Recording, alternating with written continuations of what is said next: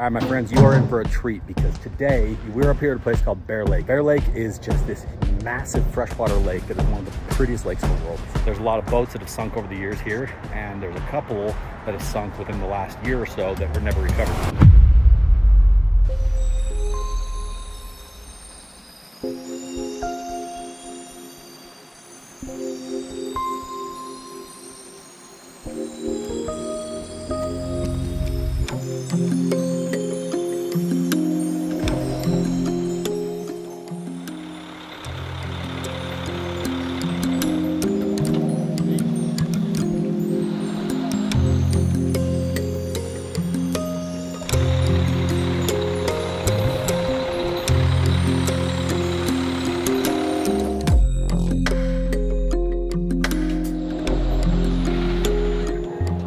I'm actually driving the biggest machine for once because Dave is gonna fly up. Dave's got to take care of some stuff back at the shop.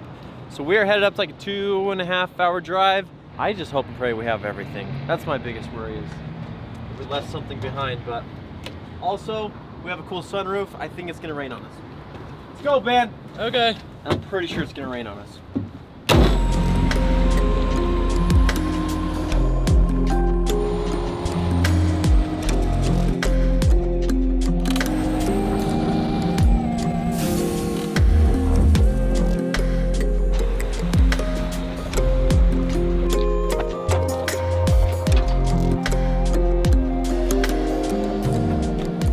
All right, my friends, you are in for a treat because today we have got an awesome video for you. You see, we're up here at a place called Bear Lake. It's in northern Utah, right on the Idaho border. Bear Lake is just this massive freshwater lake that is one of the prettiest lakes in the world. It's this insanely cool blue-green color. A lot of people call this place the Caribbean or the Rockies. Our friend Brian Gardner from Atlas Towing, that we recovered the wrecked Razor with a few weeks ago, runs all the towing basically up here in the valley, and he has the contract to be the only salvage company on the lake.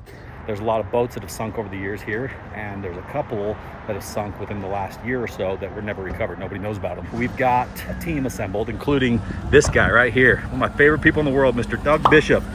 Doug. That's right. Welcome back to Utah. Yeah, thank you. We've got Doug in town because Doug is the guy that finds stuff underwater.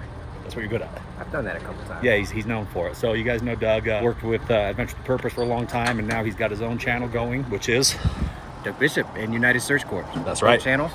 So Doug Bishop, United Search Corps. So we brought Doug out because Doug is going to dive down and hopefully find this, it's a Super Aeronautique, which is like a $250,000, $300,000 wake boat that was just sunk and left there.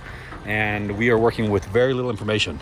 Pretty extreme circumstances. Dangerous. We're talking about 6,000 feet elevation, around 120, 130 feet deep. So the risk level is extreme. When you're talking about finding something that we're going to look for, needle in a haystack. We got a great group of guys out here today. We've got, like I said, Brian from Atlas Towing.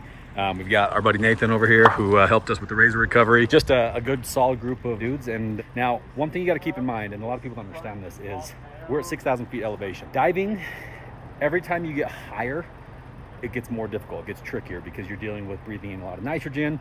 Can you explain to them what happens, why that's so difficult? Yeah, the atmospheric pressure at 6,000 feet elevation, which is where we're at Bear Lake, changes things drastically. The onset offset of gassing within the body changes. So I'm going to absorb a lot more nitrogen within my body on this dive than I would typically if I was diving 130 feet at sea level. It's going to be really risky, but we're going to mitigate risk at every turn. There's a science to it, and at this level, it definitely increases for sure. So Doug is the man. He's very safe. He's been doing this for a long time. By the time he gets down to 100 feet deep, he can only be down there for about 7 or 8 minutes because of how quickly he's consuming the oxygen. And then on his way back up, he's got to take stops to be able to acclimate to the pressure and let the nitrogen settle. This is dangerous. This is not your, go on vacation and go on a dive tour kind of diving. This is very technical. Yeah. It's dark, it's deep, and it's freezing. Yeah. Don't try this at home. Don't try this at home, but you can enjoy from the comfort of your own home watching the craziness that we get up to. So with that said, we're getting ready to splash the old boats, and we'll see you guys on the water in a minute. All right, so you guys see all these tools and all this equipment and all this hardware right here below me? Well, this is all very important stuff that we need to be able to get the job done. Like, this is critical. But believe it or not, this right here is not my most powerful tool. My most powerful tool is right here on my phone. And it also happens to be a sponsor of today's video, Onyx Off-Road. onX Off-Road is a mapping tool that is so much more than just a map. This is not your Google Maps. This is not your MapQuest. This is a legit powerful tool that you can download on your phone, and you'll get access to all the off-road trails in your area. It shows you private land, public access. It shows you the elevation, lake levels, water levels, all these different things that you can't find anywhere else. You can actually create waypoints that you can send to a friend and they can follow you off-road, which is something you really can't do on any other mapping service. And one of my favorite features is the fact that you can just zoom in, tap on a piece of land, and it'll show you the tax records of who owns it. So if you need access to a private land, boom, there's the information, you contact them. We've used this a number of different times. People get access to land by just contacting the private landowners.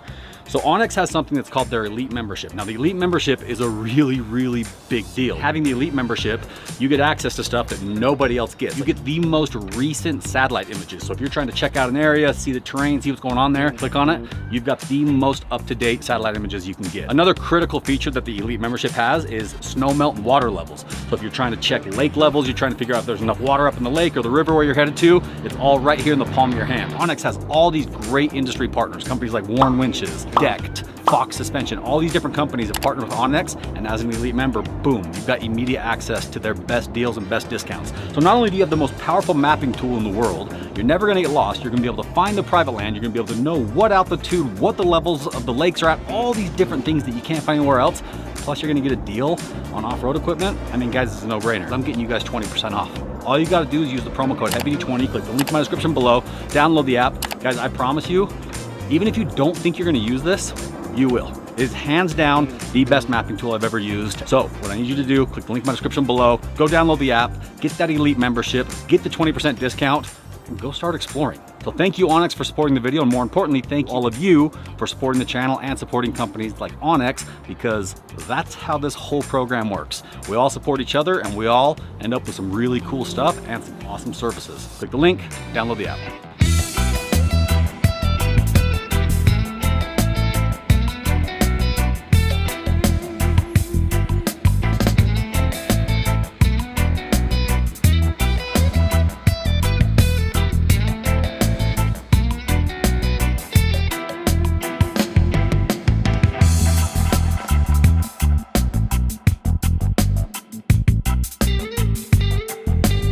Cool thing about this mission is we've just got a lot of people that are willing to help and a lot of really nice equipment. We've got the fire rescue boat that Doug and those guys are gonna be on. That's got the best sonar system. Doug's used to working, he's a little bit bougie when it comes to his sonar. You got your preference, which in his line of work, you gotta have something that is like dialed in. We don't quite have Doug's level equipment here. The Pavati's got sonar on it, which is down only. The fireboat's got side and down. We have a GPS coordinate that's gonna take us to the area where somebody at some point marked. Could have been anybody, could have been somebody with law enforcement, could have been a friend or a family member that saw it go down and take a wild guess. So we are literally digging for a needle in a haystack. Doug is very, very good at reading sonar. Stuff that I think are fish or just rocks turned out to be cars. So I've learned to just not second guess Doug and just let him do his thing. I think probably what we'll do is just head out and start scanning. Sound good? Yeah, sounds good. All right, let's do it.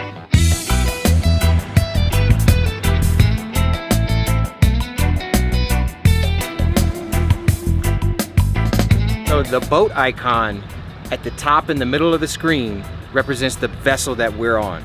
The black columns on either side represent the depth to the bottom. Where the orange lines start, where the orange coloration starts, that's looking at the bottom of this lake. And we're casting 150 feet to the left and 150 feet to the right. Right now it's 15 feet, but where we're going, we expect it to be well over 100 feet.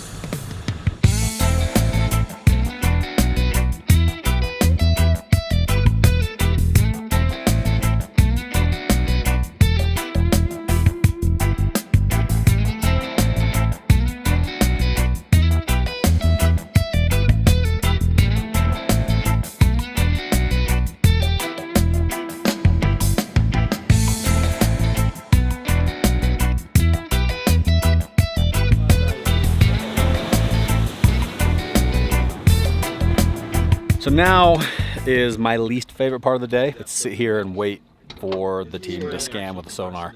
We do not have sonar on this boat. I need to put it on here. I need to put a big, like a Garmin, like a GPS, sonar, all that stuff. I've been telling you guys a lot lately about my personal projects, right? This is one that It just works so damn well that I've never really done much to it other than the, you know, initial work that we did. But I really need to get this thing set up because it's the ultimate boat. It really does everything perfectly. So if any of you know about diesel performance on the Yanmar marine engines, let me know. These things are already turned up because they're marine engines. I think they're like 470, 480 horse or something like that each. I need to talk to a good jet pump guy, figure out if these pumps need to be either rebuilt, new seals, or if there's anything fine tuning we can do, because these boats were originally designed to run at sea level. Well, we're at 6,000 feet right now, so that changes everything. It gets a little bit tricky, and since I'm not a marine performance expert when it comes to like the fluid dynamics and everything, what I'm saying is if any of you know how to make this boat faster and more powerful, hit me up. info@HeavyDSparks.com. We got sonar on the Pavati, which is actually really cool. It's a factory standard feature, and then the fire rescue boat has a better down and side view sonar. We're about 130 feet right here, pretty much smack dab in the middle of the lake, and we're just gonna run a grid pattern, and they're gonna search, and Doug is gonna be able to figure out whether he sees it or not, and then we're gonna send him down, and hopefully we get him close enough to find it around the first shot. Luckily, this water is very, very clear. It looks, you know, bluish green. That's because it's so clear. Close to the shore, you can see straight down 15, 20 feet down to the bottom, no problem. See the fish swimming around. Crazy how clear this lake is. Beautiful place, absolutely beautiful. I love it.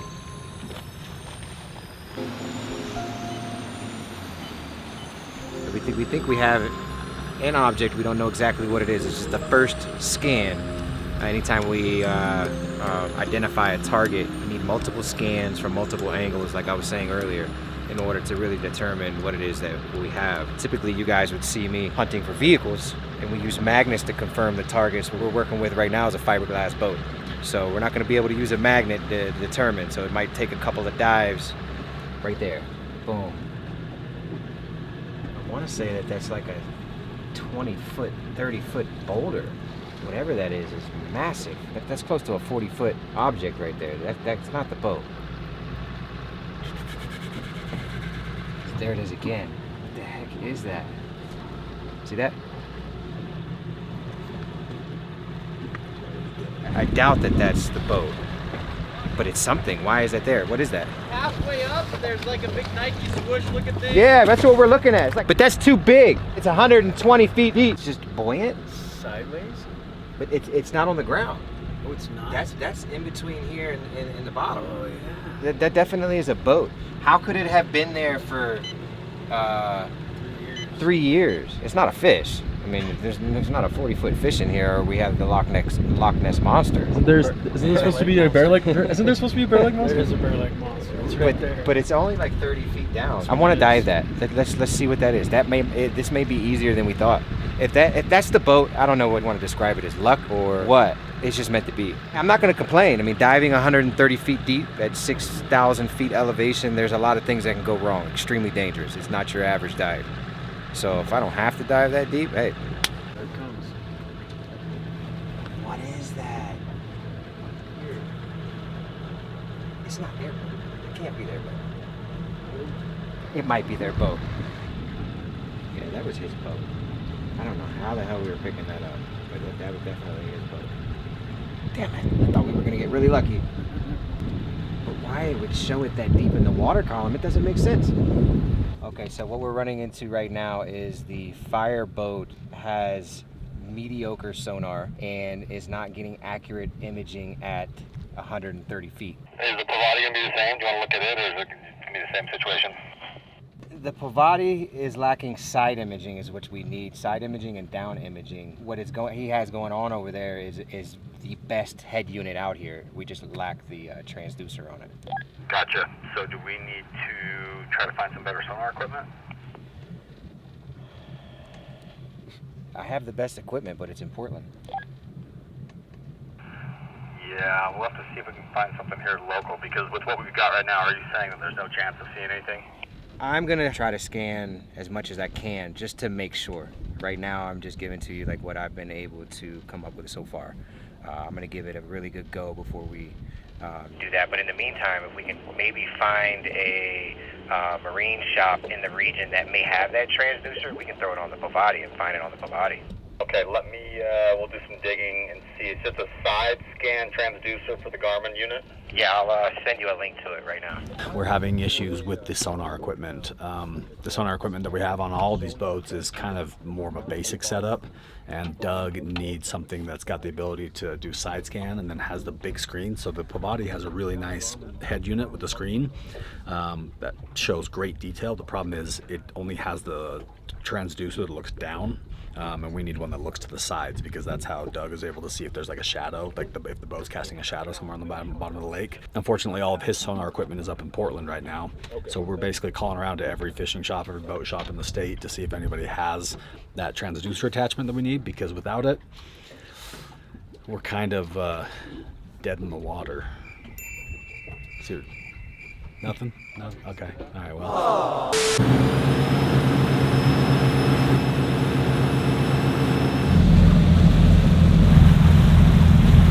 Now we found, oddly enough, Nathan was calling around trying to find somebody in the state of Utah that had the specific transducer that we needed for the sonar system. It turns out the only place that has something even remotely close to what we need, which might be exactly what we need, is literally a tiny little boat shop right down the road here.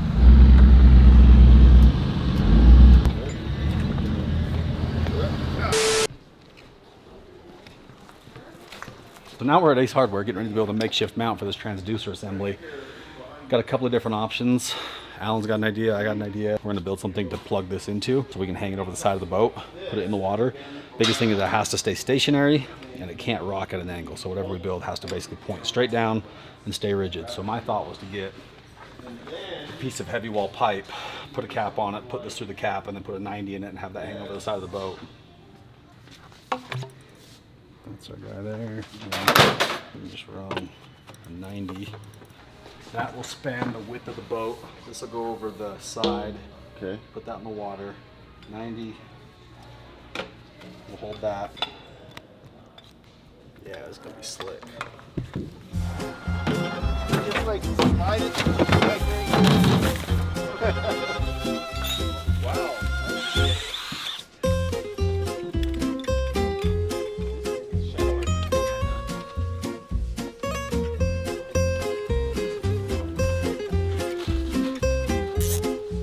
Take your cheese. Oh,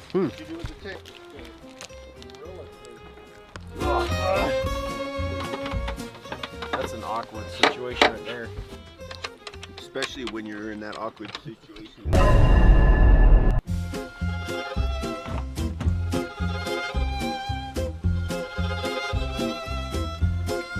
So the vessels that are here lack the power of sonar needed to work in the depths that we're working. We tried to outfit the Pavati because the Pavati has the better brain. It's got the Garmin XSV 76 series. It just lacks the transducer for side image. We called a local shop. The local shop said that they had a transducer that could produce side imaging that would be compatible with the unit that's on the Pavati. However, after Sparks spending a couple of hours trying to get it to work, we realized that this transducer is not what it was supposed to be. Now there's things saying that there's nothing that says that it's sonar. It just says the multi-sensor. Great for collision avoidance and for catching more fish, 3D scannings. So all of the side image transducers and down image transducers typically aren't like this.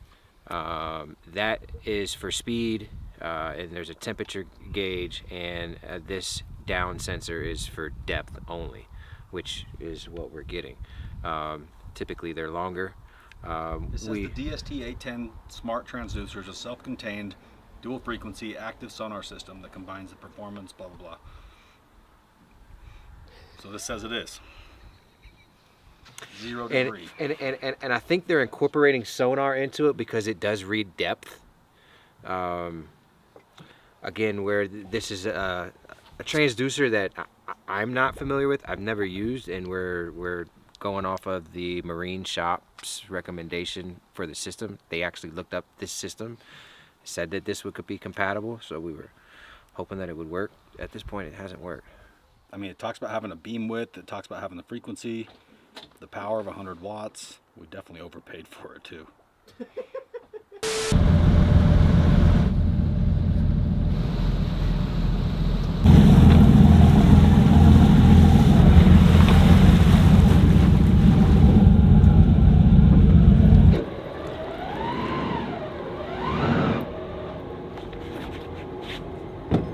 Well, guys, today did not go as planned. We thought the sonar equipment that we had available on some of the boats up here was a little bit better. It's all good stuff, but we need like really precise, because we are literally searching for a needle in a haystack and 130 feet deep with some very not so precise pin drops. Like the GPS coordinates that we were given are kind of approximate areas, we believe. And so to be able to search that big of an area with a not so powerful sonar system, not ideal. And the piece that we bought, we're just not sure what the deal is with it. We're not sure if it's gonna plug and play with the Garmin system on the Pavati, whether they're compatible or not. So basically what we're gonna do is call it a day right now. We're gonna go back to the house, regroup, figure out what we need, possibly get somebody up here with a different boat with sonar on it. We'll figure out a solution tonight so that tomorrow, first thing, we can be in the water searching.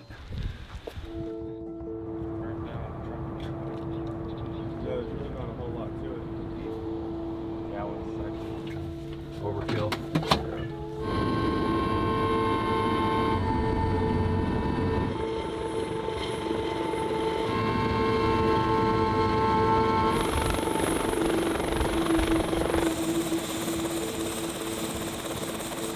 All right, guys, good morning. Day 2, we are back up here at Bear Lake after a good night's rest and after a little bit of a fiasco yesterday trying to go through and get the sonar equipment exactly the way we wanted it. We got a little bit of a change of plans today. There's multiple items in this lake that need to be pulled out.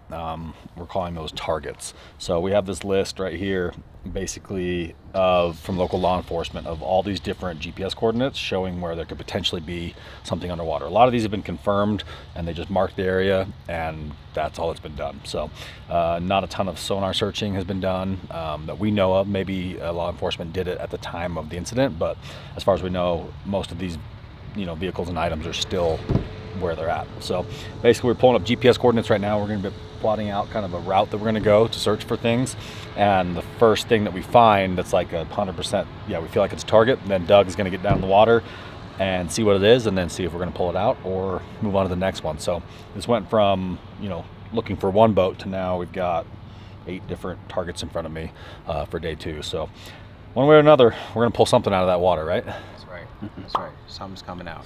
Something's coming out. It's going to be intense. Stay tuned. All right, so we're going to plot out this search grid, and then we'll be heading to the marina.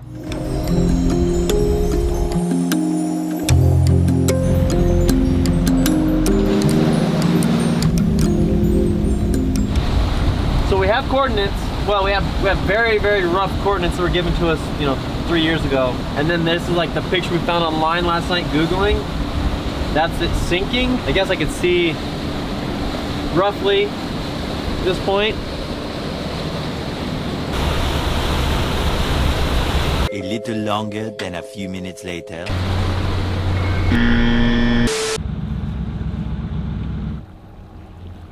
I believe we may have found it. We're gonna go out and get an additional scan from the far side of it just to confirm. But the first scan definitely looks like we found it as of right now. Okay, perfect. We'll head that way. That's good news. So we're over here at a place called Cisco Beach, searching for one of the targets. It's a thing they call the wreck. We don't have any other information on it other than it's called the wreck. We're on the east side of the lake, and this is all rocky over here. Basically goes down to 60, 70 feet here and then just drops down to 200 feet. So there's a big ledge there. And from what we understand, this wreck is sitting right at the edge of that ledge, just about to drop off into the abyss. So if we can find it and Doug can dive down to it and see what it is, there's potential to pull it out.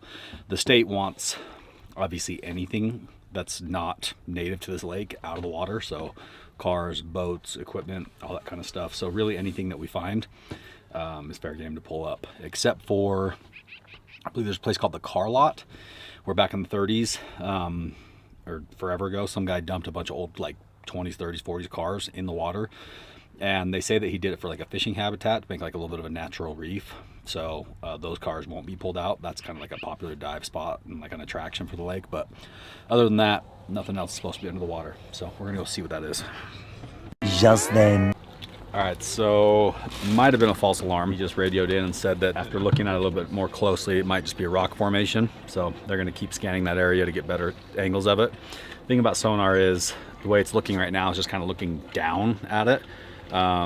Side scan allows you to get like more of a profile shot of it, so we just don't want to waste a dive on something that we don't have a good idea of what it is.